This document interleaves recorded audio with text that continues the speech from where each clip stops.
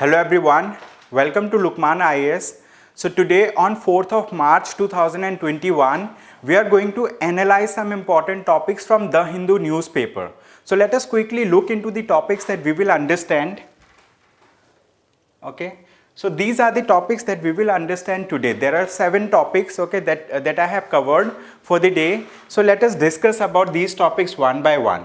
Let us quickly move to the first topic, which is this topic says India is partly free. Okay, it was said by US. It was said by a US think tank. Okay, it was said by a US think tank. So, what is this particular topic discussing all about? This particular topic actually discusses that, you know, like in the past few years, like 2019 and 2020, there has been some changes. Okay, there has been some changes in the freedom that people were experiencing in India. Okay, so in this context we will understand, okay, about an important report that was there. Okay, so this particular report was in news, which is known as Freedom in the World report. Okay, so the full name of this particular report is Freedom in the World, Democracy Under Siege. This is the name of the report, Freedom in the World, Democracy Under Siege. And this particular report is published by Freedom House. Okay, this is the name of the organization that publishes this report. Okay, so this report is released by Freedom House, which is a think tank based in the United States of America. So as per this particular report, okay, India's score has reduced as compared to 2019. In 2019, India scored 71 out of 100, but in 2020 it has scored 67 out of 100. Okay, so the thing is, freedom in the world, okay, has reduced, and this particular report has said this particular thing for India. Okay, so I have taken this clip from this report itself. It says that the Hindu nationalist government cracked down on dissent, driving the world's most populous democracy into the partly free category. Okay, so India was put into the partly free category. So what is important for us to learn from this particular topic is name of the report, Freedom in the World, Democracy Under Siege, and it is released by the Freedom House, which is a think tank based in the United States of America. This is all that we need to learn from this particular topic. So having understood this, let us move to the next topic for the day. Okay, so the second topic that we are going to understand is, like, this topic says that National Green Tribunal, okay, NGT is the short form of an organization which is known as National Green Tribunal. So National Green Tribunal recently has taken cognizance. Okay, cognizance means they have suo motu initiated a case, okay, from the newspaper clippings. Okay, so the thing is, NGT takes cognizance of illegal factory fire, issues notices to the government authorities. What does this highlight, this heading means? This particular heading simply says that NGT has taken suo motu cognizance of a factory fire in Delhi, and it has issued notices to the government authorities. Okay, so here you can see over here that, like, taking cognizance of media reports on a 25-year-old man's death due to fire in an illegal factory in Pratap Nagar on Saturday. Okay, the National Green Tribunal has issued notices to the Central Pollution Control Board, Delhi Pollution Control Committee, North Delhi Municipal Corporation and District Magistrate. Okay, so the thing is, the National Green Tribunal has issued notices to these government authorities. Okay, so in this perspective, what we are going to understand is, we are going to understand what is National Green Tribunal, like where it is located, like is it a statutory body or it is a constitutional body. We are going to discuss about National Green Tribunal in detail. So you can read this particular news clipping from the newspaper itself, okay, or you can pause the video and read it from here. Okay, now let us discuss about the National Green Tribunal.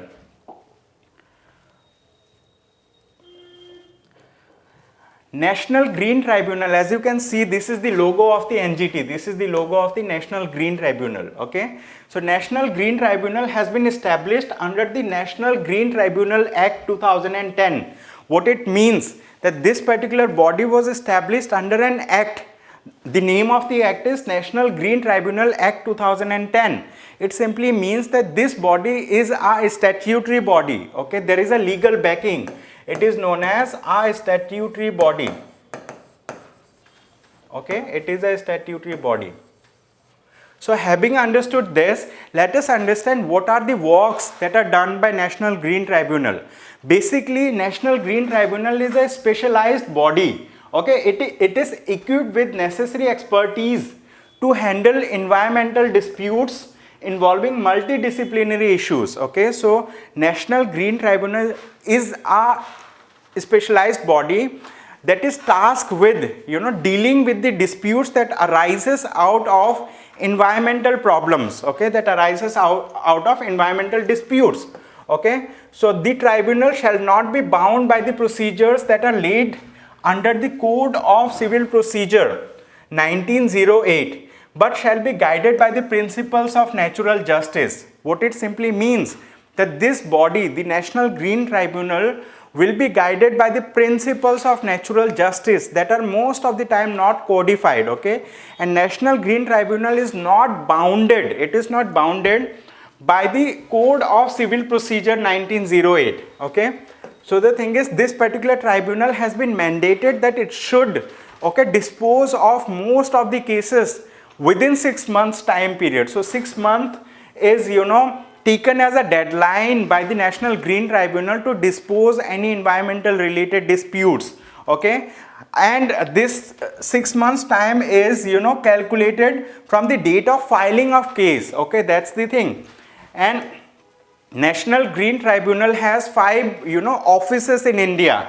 So one of the office which is the principal place of sitting of the National Green Tribunal is New Delhi. Okay, so New Delhi is the principal place of sitting of the National Green Tribunal, and apart from this, Bhopal, Pune, Kolkata and Chennai are other places of sitting of the National Green Tribunal. So it is a very important topic. This is in reference to the previous article that we have seen. So having understood this, let us move to the next topic for the day. Okay, now we are going to understand about an important issue. Okay, which is this particular issue is about wildfire. Okay, it is about wildfire. Okay, wildfire rages in Simlipal. Okay, so there recently we have witnessed a massive wildfire in Simlipal Biosphere Reserve. Okay, Simlipal Biosphere Reserve. So the moment we come across this particular name, Simlipal, we need to understand where Simlipal is located. Okay, it is very important for us to understand where Simlipal is located. So if you see over here, okay, if you see over here in this particular map, this map shows the biosphere reserves that are in India. Okay, so at present we have 18 biosphere reserves in India, and out of those 18 biosphere reserve, okay, 12 biosphere reserves are part of Man and Biosphere Program under the UNESCO. Okay, 12 out of 18 biosphere reserves are part of Man and Biosphere Program. Okay, so this Simlipal Biosphere Reserve is one of the biosphere reserves in India. It is located in the state of Odisha. Okay, this is located in the state of Odisha. Okay, Simlipal Biosphere Reserve, and it is one of the biggest biosphere reserves in India. Okay, so that's why it is very important for us to understand what are biosphere reserves. Like, why do we create biosphere reserves? How many biosphere reserves do we have in India? And how many of these biosphere reserves are internationally recognized?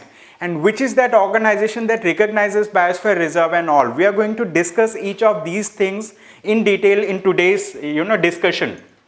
So the topic is, a massive fire has threatened to cause colossal damage to Simlipal Biosphere Reserve, one of the largest biospheres of India. Okay, so Simlipal Biosphere Reserve is one of the largest biosphere reserve in India, and this particular biosphere reserve is spread over 4,374 square kilometer. Okay, and out of these area, 845 square kilometer has core forest. Okay, which is a part of the tiger reserve. Okay, Simlipal Biosphere Reserve has a core area, and that particular core area is a tiger reserve also. Okay, and 2129 square kilometer as buffer area and 1400 square kilometer of transition space.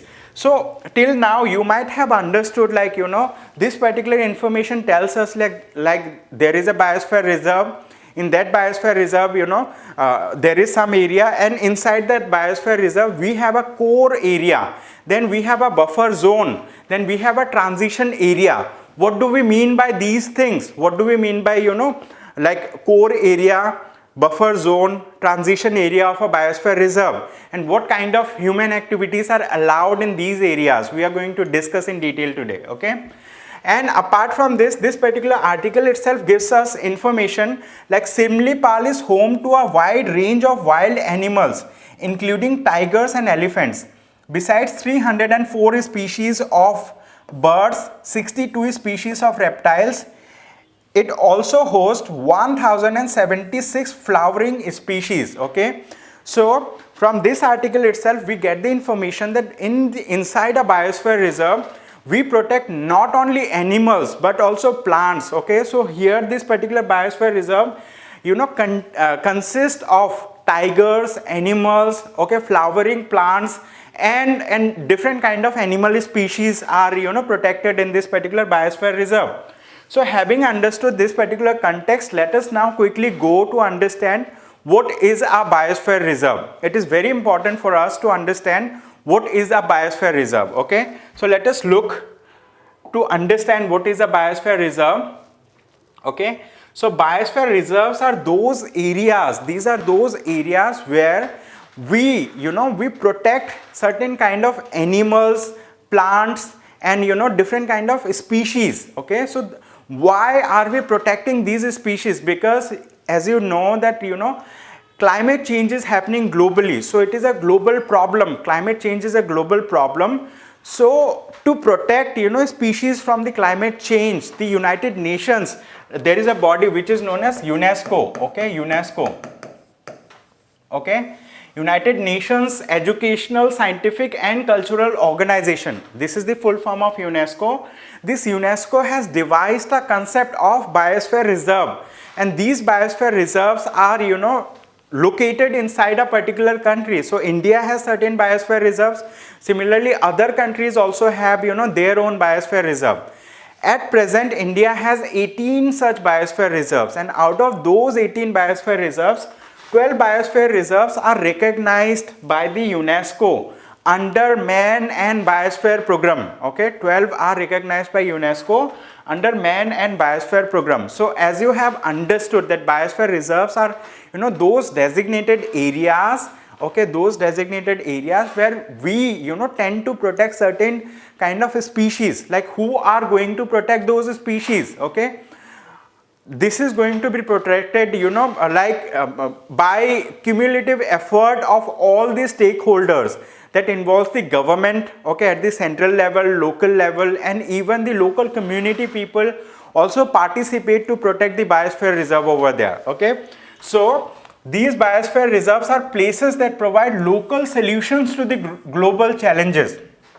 What is global challenge?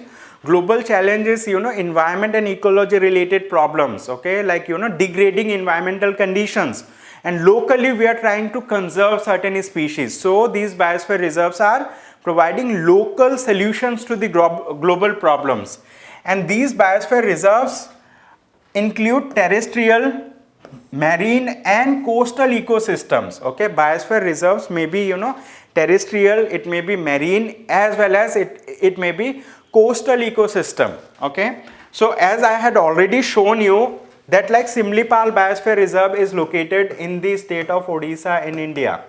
It is located in the state of Odisha in India, and apart from this there are 18 biosphere reserves. Out of these 18 biosphere reserves, 12 are part of Man and Biosphere Program. So having understood this, let us understand little more about biosphere reserves, okay? We will understand little more about biosphere reserves. So, like, biosphere reserves are nominated, these biosphere reserves are nominated by the national governments. For example, like India has nominated 18 biosphere reserves, but like 12 of these biosphere reserves have been included under the UNESCO. Okay, we will understand that biosphere reserves are nominated by national governments and they remain under the sovereign jurisdiction of the states where they are located. Okay, so let's consider India has nominated a particular biosphere reserve to the UNESCO, but that biosphere reserve is going to be there inside India itself and it will be under the jurisdiction, sovereign jurisdiction of India. Okay, it just gets some kind of international recognition. Why it is important to get recognition? Because like it catches the attention of global environmentalists that like this particular area is being protected in India, and tourists are also attracted over there, so it also generates some kind of like tourism revenue from the tourism sector. Okay, so biosphere reserves are designated under the Intergovernmental Man and Biosphere Program by the Director General of the UNESCO, okay, following the decisions of the Man and Biosphere International Coordinating Council. Okay, so the thing is, national governments are nominating their biosphere reserves to the UNESCO, and the final call is taken by the Director General of UNESCO, and he takes help, okay, from the MAB, like Man and Biosphere Program International Coordinating Council. Okay, then biosphere reserves involve local communities and all interested stakeholders in planning and management. Okay, so biosphere reserves involve local communities and all interested stakeholders in planning and management of the biosphere reserve. Then they integrate three main functions. What are the three main functions of the biosphere reserve? It is very important. Okay, look into it. The first important function of the biosphere reserve is conservation of biodiversity and cultural diversity. Okay, one of the main function of biosphere reserve is conservation of biodiversity and cultural diversity.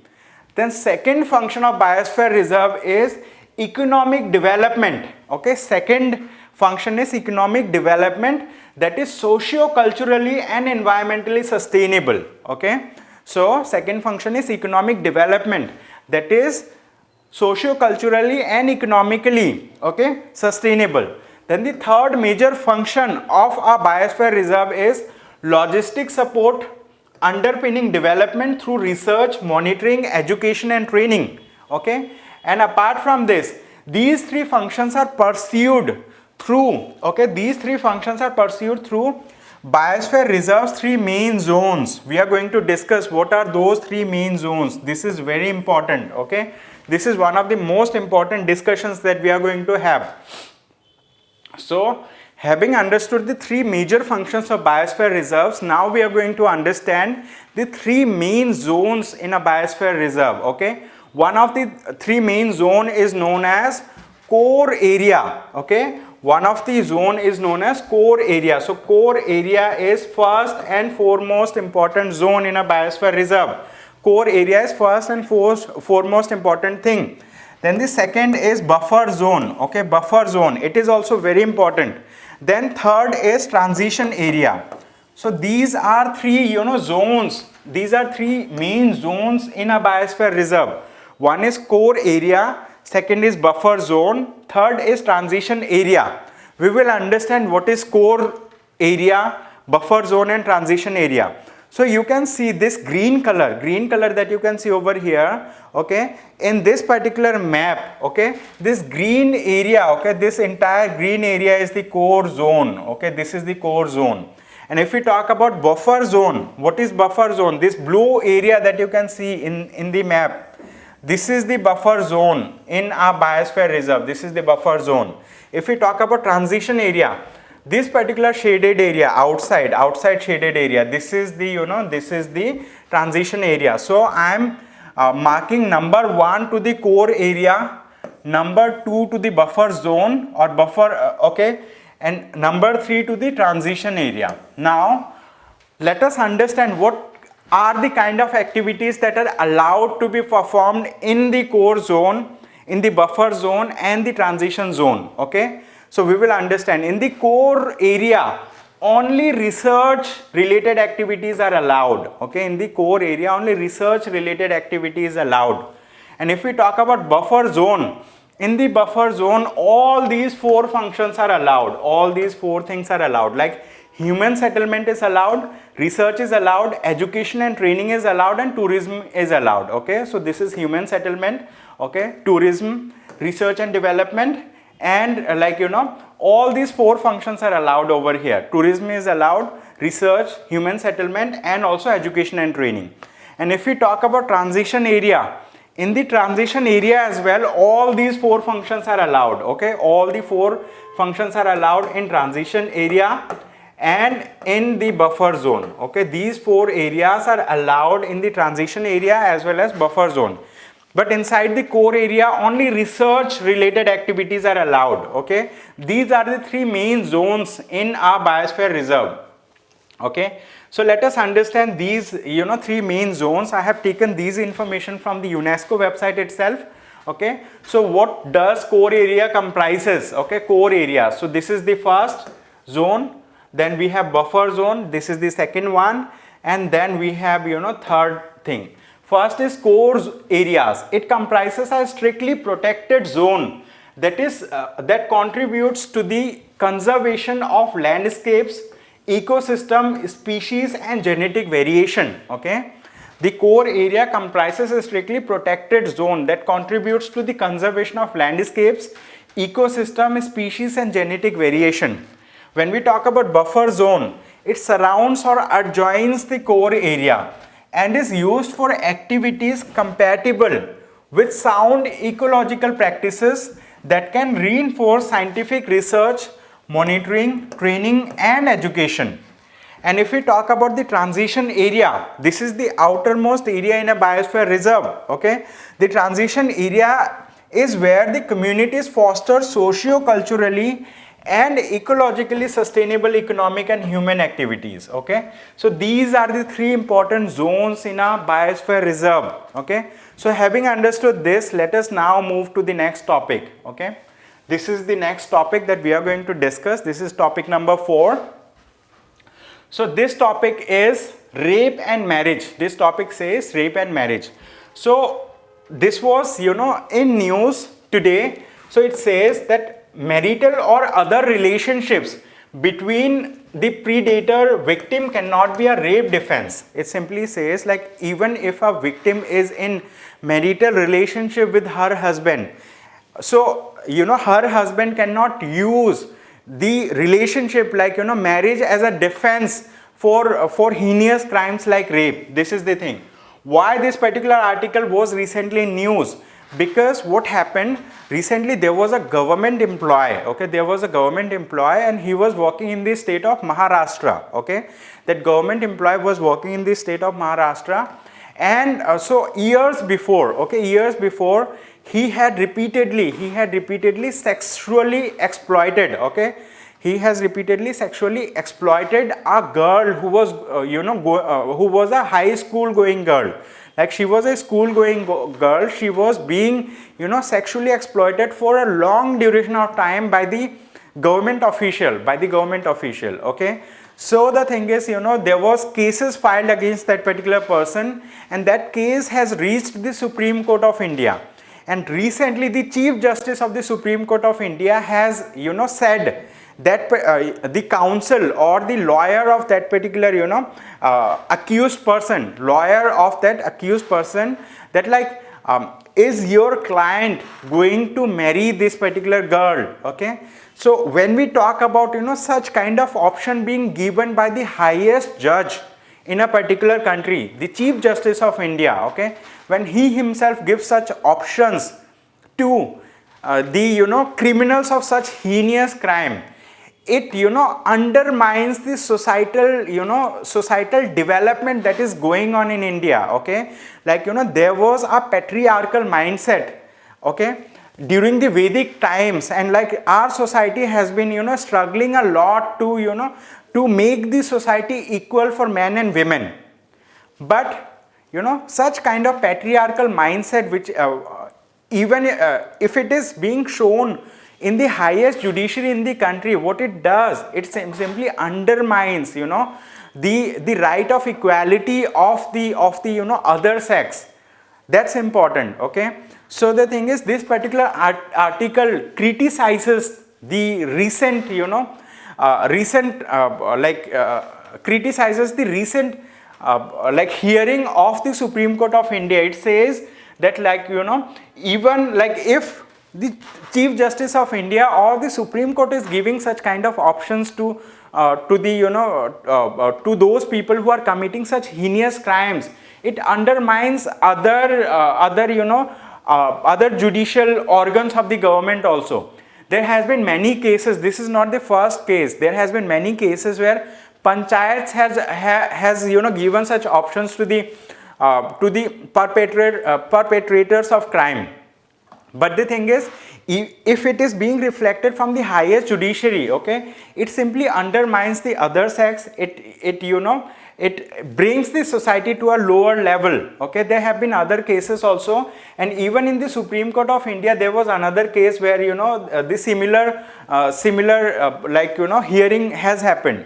And there was a Justice Verma committee, okay, JS Verma committee. The JS Verma committee has already said that such people who are committing such heinous crimes like rape, they should not be pardoned. They should not be given any such options to marry, okay, the victims, because even if they are given a chance to marry the victim, they are going to exploit and harass that particular victim throughout her life. That's the thing, okay.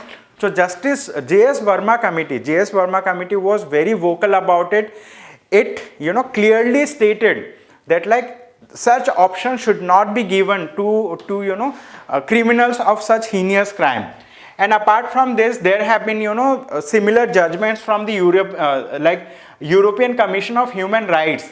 And in that European Commission of Human Rights hearing, the judgment has clearly stated that a person who is committing such heinous crime, he should only go to the jail, and he should be given the strictest punishment that is possible, okay.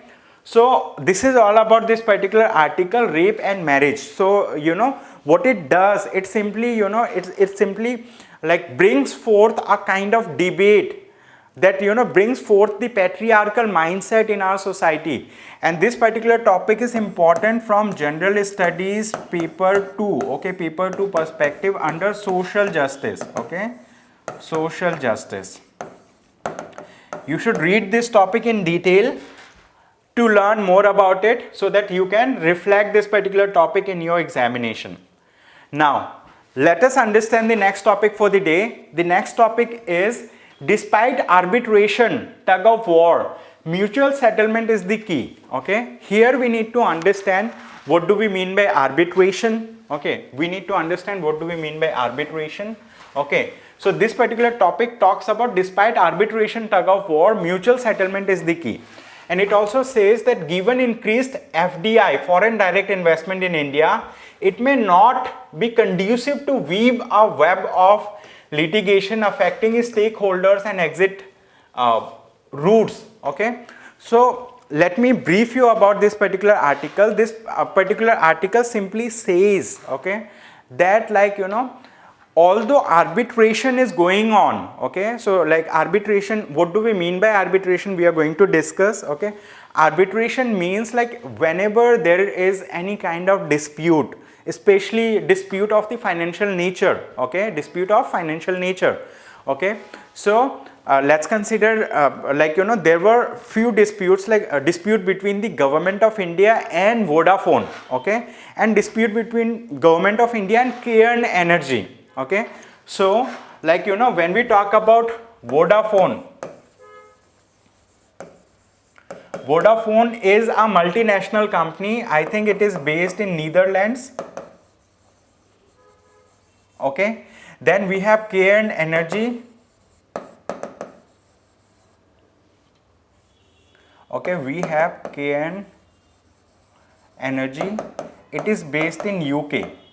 So these are different companies, okay. Vodafone is a company, Cairn Energy is a company. These are companies that have their principal office of business, or their head office located in some other country. These companies have invested a huge amount in other jurisdictions. For example, they have invested, in Indian market. They have invested in Indian market. Why they have invested? Because like for them like India is a big market, and if they are investing their resources, their money, okay, their manpower, so they want to generate some kind of profit out of it, okay. And why India is allowing? Because foreign direct investment, brings more funds from abroad, and it, increases the economic activity in India. It generates employment. Lot of things are happening. But like there was a financial dispute between Vodafone and Government of India, and between KN Energy and Government of India. So these are two different companies. They had, separate disputes with the Government of India. So when such kind of disputes were happening, these companies have filed cases in the Permanent Court of Arbitration. There is a court which is known as PCA.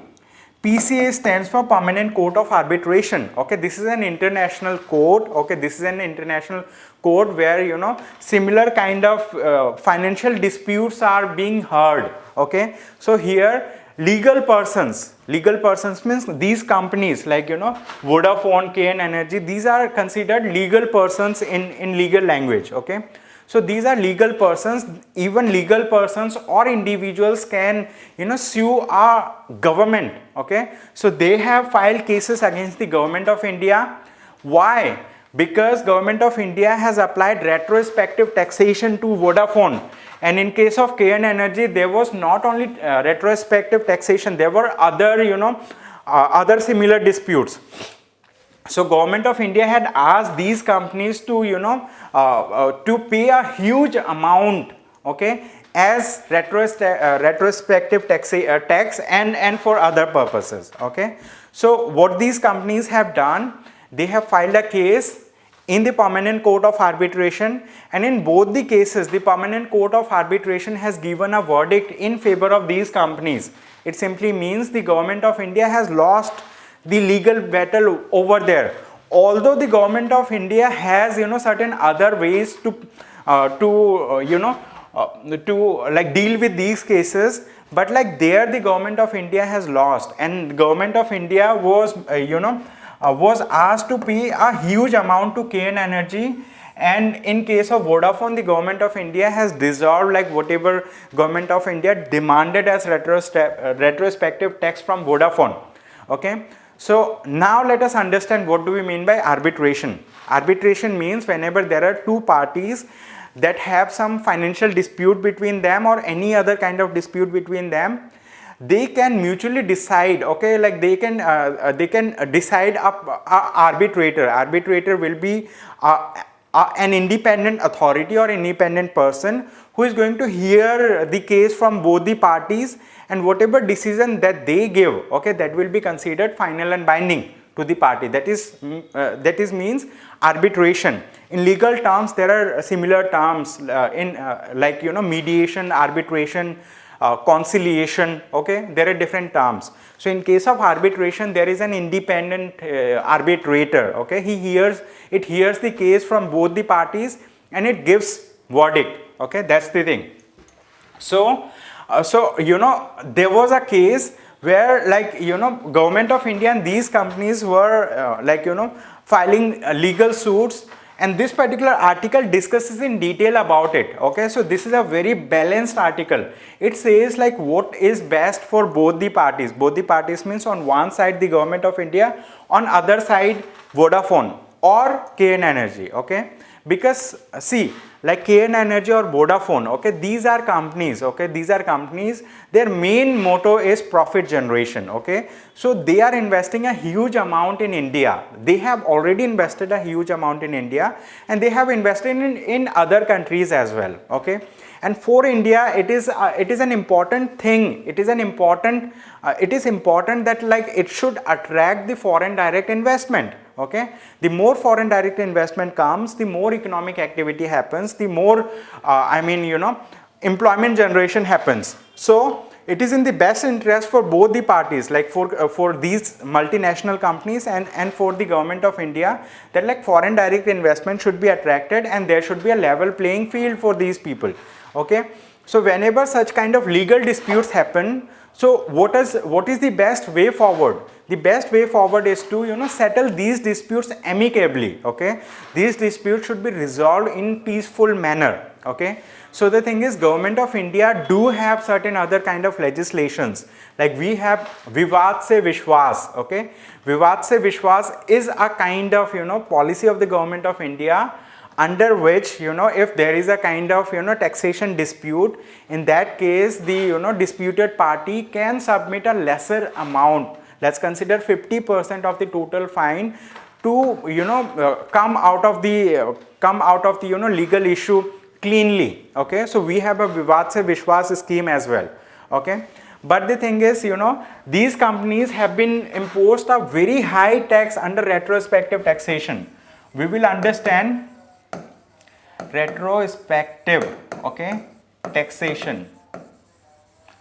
We will understand what do we mean by retrospective taxation also. Okay, just give me a minute. Okay, what I have done, I have included important keywords from this particular article so that I can explain you these basic terms, because once you are aware of these basic things, you will be able to actually understand these big articles in simpler manner. Okay, you'll be able to understand quickly as well as simply. Okay, so arbitration, I have already told. What do we mean by arbitration? In arbitration, there is a party A, there is party B, they have a dispute between them, so there will be an arbitrator or an authority. Okay, there will be an arbitrator on an authority. One of the person will be filing a case in the arbitrator, he will be asking other person also to appear, and whatever judgment that he gives will be binding to both the parties, like that.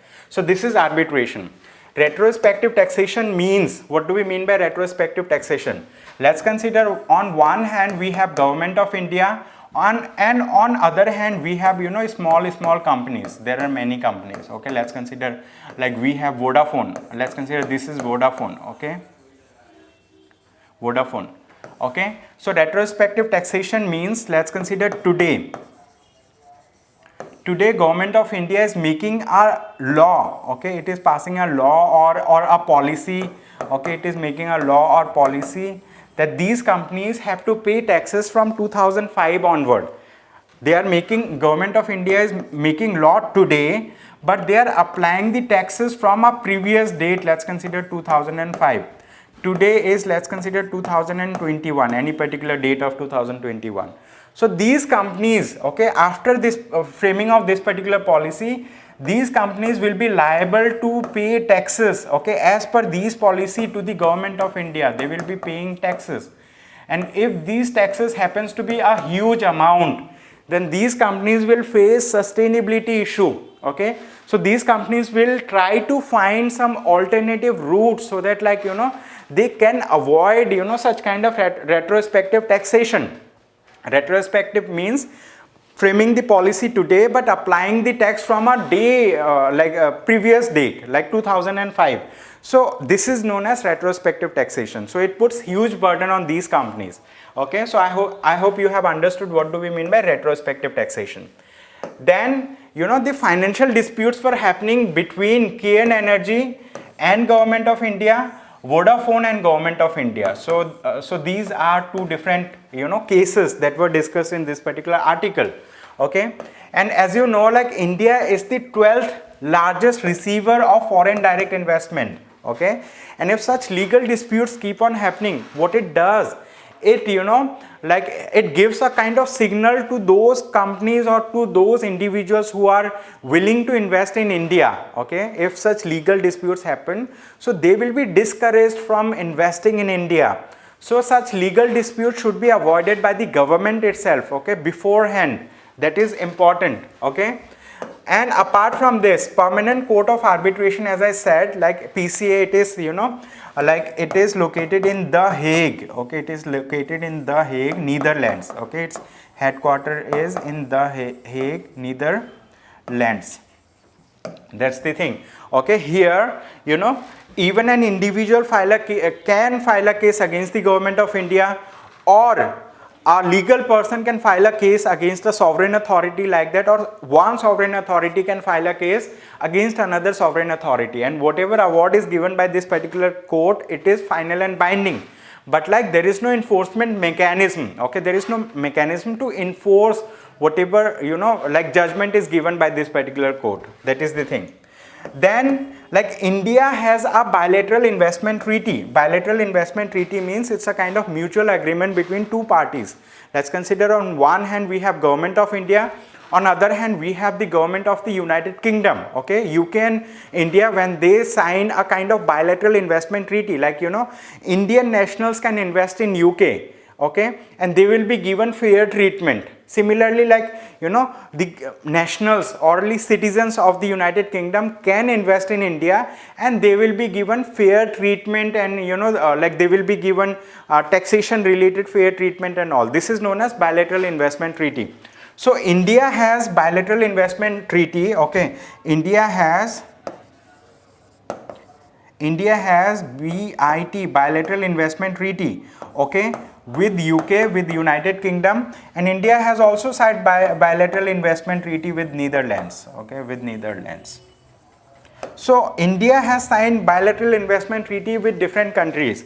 So bilateral investment treaty means the treaty between only two persons. So this will be one BIT, this will be another BIT, okay, this will be another BIT, like that, okay. So when multiple parties are coming together and they are signing a treaty, that is known as multilateral treaty, okay, that is known as multilateral treaty. But like these are bilateral treaties. India UK bilateral treaty, India Netherlands bilateral treaty. Similarly, like India can have bilateral investment treaty with Singapore also, okay. So that's the thing. So under bilateral investment treaty, okay, when a treaty is signed between two governments, okay, so they actually agree, okay, mutually, that like we are going to uphold this particular clause of this bilateral investment treaty. So whenever a dispute is happening between two governments, okay, two sovereign authorities, okay, they take the shape of international law, okay, and they are resolved internationally. In case of, you know, these kind of financial disputes, there is a court that is known as Permanent Court of Arbitration that resolves, you know, similar disputes, okay. National laws means, like, you know, whatever laws are made by the government of India for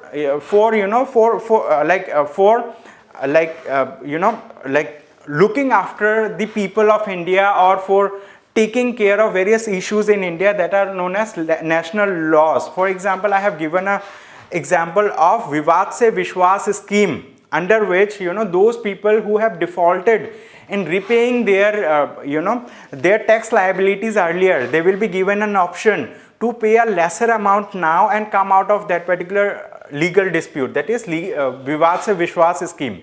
And if we talk about international law, okay, international law is not a single codified law. There are, you know, multiple branches, multiple, you know, ways of international law. Like one of the thing is like bilateral investment treaty, multilateral treaty. Then we have MLET, okay, like mutual legal assistance treaty. We have similar things, okay.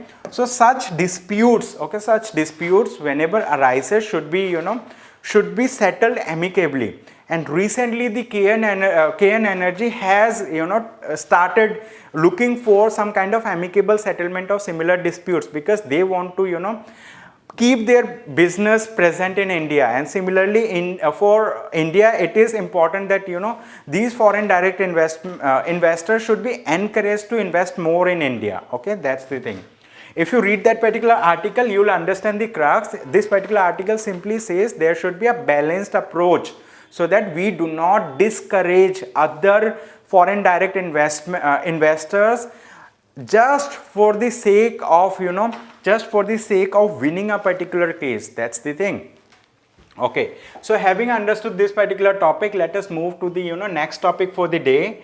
And this topic is also very important, okay. So here this topic says India, 17 countries face US anti-dumping tax. Okay, India, 17 countries face US anti-dumping tax. What do we mean by this? Okay, so you might have heard about a body which is known as World Trade Organization. World Trade Organization. So World Trade Organization is a kind of body. What it does, it tries to make or enable free movement of goods and services throughout the world in different jurisdictions. It is trying to play a key role so that it can enable free market access, okay, in different jurisdictions, free flow of goods and all. Okay, so the thing is, what happened recently, there is a body in the United States of America that is known as the US Department of Commerce. Okay, the United States Department of Commerce, what it has done, it is preparing, okay, to tax some aluminum sheet exporters from 18 countries. Okay, it is preparing to tax 18 aluminum sheet exporters from 18 countries after determining on Tuesday that they had benefited from subsidies and dumping. Okay, so the thing is, this US Department of Commerce is making plans to tax these 18 countries. Okay, and this tax is known as anti-dumping tax. Okay, anti-dumping means like if there are some inferior goods, okay, like we are manufacturing, let's consider some inferior goods that are of not good quality, and we are trying to sell those goods to other jurisdictions, inferior quality goods. It simply means we are dumping these goods to their jurisdiction. Okay, so this is considered as dumping. So they can apply some kind of anti-dumping tax so that these goods are discouraged from entering in their borders. That's the thing. Okay, so this US Department of Commerce is preparing this particular thing, and there is another body that is known as US International Trade Commission. Okay, once this particular body like US Department of Commerce prepares that particular guideline and all, it will have to take the final authority from this particular body. This is the highest level body in this particular case. Okay, the US International Trade Commission. It is an independent body, and this body must approve the final decision. Okay, it must approve the final decision before it is implemented. That's the thing. Okay, and what are the goods that are being on which the anti-dumping duty is being applied? Aluminum sheet and aluminum alloy sheets. Okay, aluminum sheets and aluminum alloy sheets, and there are 18 countries that are exporting these things to the United States of America, and India is one of them.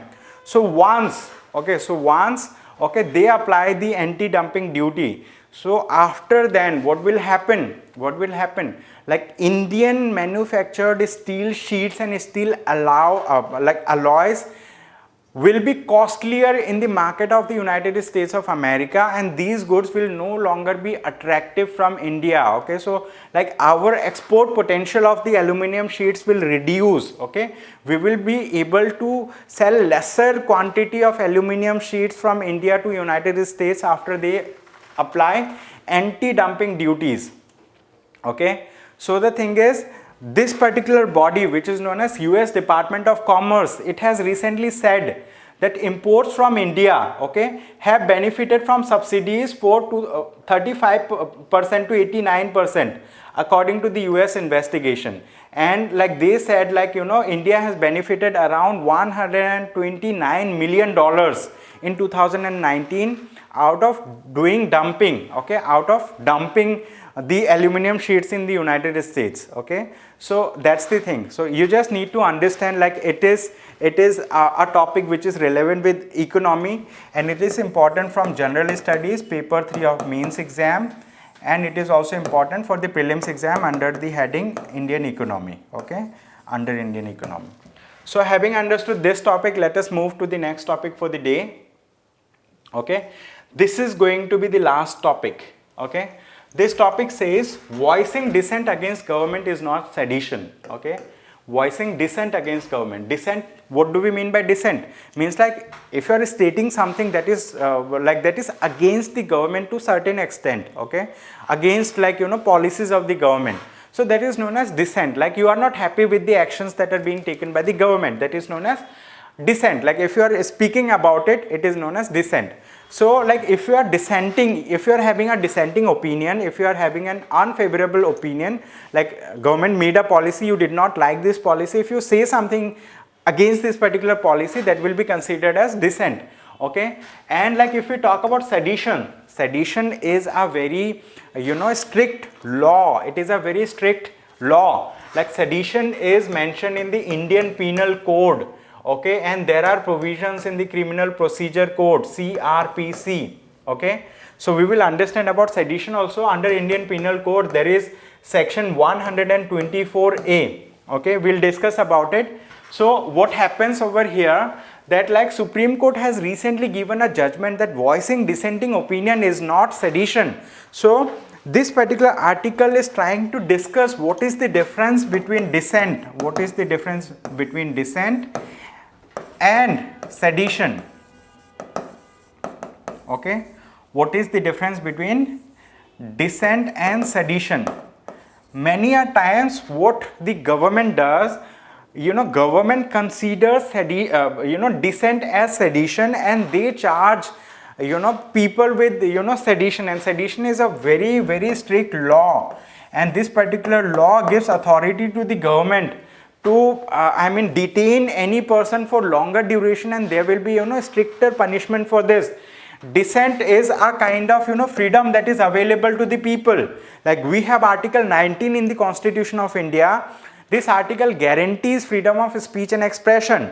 Means like you can speak freely. Okay, you can express your views by writing, by saying, or by publishing. Okay, so on one hand we have fundamental right under Article 19 of the Constitution of India that gives us the right to speak freely. Okay, and on the other side we have sedition, which is a very heinous, like it is a very strict law against such kind of activity against the government of India, against the like Indian Union, like that. So there are delicate differences, there are minute differences between them, but like a person who is expressing his dissenting opinion should not be tried or tried under sedition laws and all. There are differences like in these things. Okay, so Supreme Court has recently given a judgment that voicing dissent is not against government is not sedition. Okay, so what was the case all about? We will discuss about it. Okay, so as you know that like in the year of 2019, on 5th of August 2019, what the government of India did, the government of India simply abrogated Article 370 of the Constitution of India. Okay, Article 370 of the Constitution of India.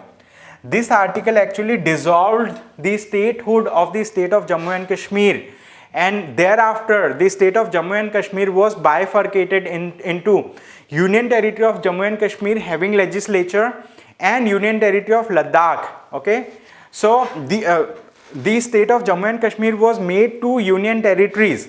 But what happened when it was when the Union Territory of Jammu and Kashmir, okay, like when the Jammu and Kashmir was dissolved to make two union territories, okay, so there were many people who did not feel good about it, because like the central government or government of India did not follow the due process, okay, due process that should have been followed. Okay, so that's why many people have expressed their dissenting opinion against the government of India, and one such person to express the dissenting opinion was the Lok Sabha member. Okay, his name is Farooq Abdullah. Okay, for Lok Sabha member and National Conference leader Farooq Abdullah. Okay, so National Conference is a political party like that was there in the state of Jammu and Kashmir. It is still active in the Union Territory of Jammu and Kashmir.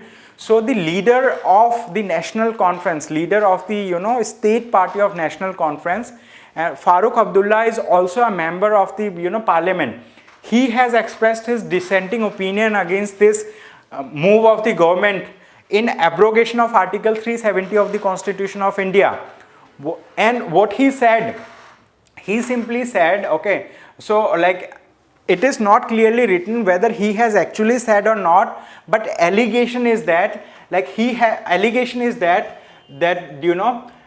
he has said that in Kashmir he will get Article 370 of the Constitution restored with the help of China. Okay, this is the allegation put on him, that he has said that like he will restore Article 370 in Jammu and Kashmir by taking the help of China. Why it is considered as seditious?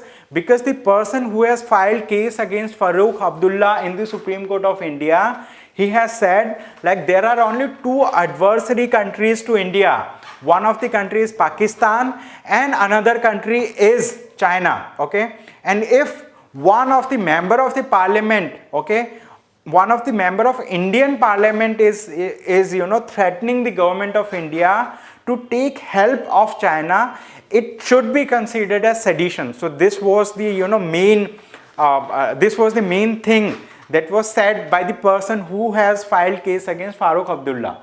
So what he has said, he said everybody knows that there are only two countries in the world which are trying to grab the Indian part of Indian territories, namely China and Pakistan, which means that Farooq Abdullah is trying to hand over the Kashmir to China or Pakistan, which is totally contrary to the provisions of the Constitution and amounts to sedition. Okay, so this was what being said by the person, okay, who has filed case. His name is Rajat Sharma. Okay, the petitioner is Rajat Sharma. So this particular case is about, okay, Rajat Sharma, okay, versus Farooq Abdullah. Okay, Rajat Sharma versus Farooq Abdullah. Okay, as I already said, Farooq Abdullah is a member of parliament, and he is the head or leader of National Conference, which is a state party of the state of Jammu and Kashmir. Okay, so it is alleged that like on 4th of September he has stated this particular thing, that like in Kashmir he will get Article 370 restored by taking the help of China, and that is being viewed by Rajat Sharma as a seditious opinion. Okay, so the thing is, that's why a debate arises. What is the difference between dissent and sedition? Okay, sedition is a part of Indian Penal Code under section 124A. We are going to discuss in detail about it. I hope you have understood the crux of this particular article. Now let us talk about what do we mean by sedition. Okay, so under section 124A of the Indian Penal Code, the sedition states that everybody by words, okay, like so this is what is sedition. Okay, this is what is mentioned in the Indian Penal Code under section 124A. This states what is sedition. So it says whoever by words, either is spoken or written, or by signs, or by visible representation, or otherwise brings or attempts to bring into hatred or contempt, or excites or attempts to excite disaffection towards the government established by law in India, shall be punished with imprisonment for life, to which fine may be added, or with imprisonment which may extend to 3 years, to which fine may be added, or with fine. Okay, so this is what section 124A of Indian Penal Code states. Okay, so in Indian Penal Code, in chapter number 6, under section 124A, they have described what is sedition. Okay, so like once a particular act is considered as seditious, okay, then like it can be classified under schedule 1 of the Criminal Procedure Code, and under that, okay, the offense will be meted by punishment, and like the punishment will be like, the offense is sedition, and punishment for this particular offense will be imprisonment for life plus fine, or 3 years of imprisonment plus fine, okay, or fine only. Okay, so like if we talk about like, is this particular offense will be considered cognizable?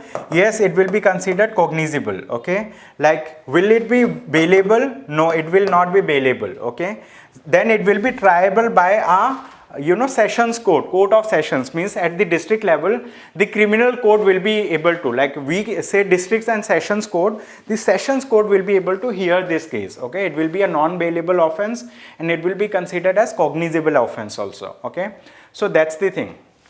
Okay, so this is all that I wanted to discuss with you. Okay, so there is a fine difference between what is dissent and what is sedition.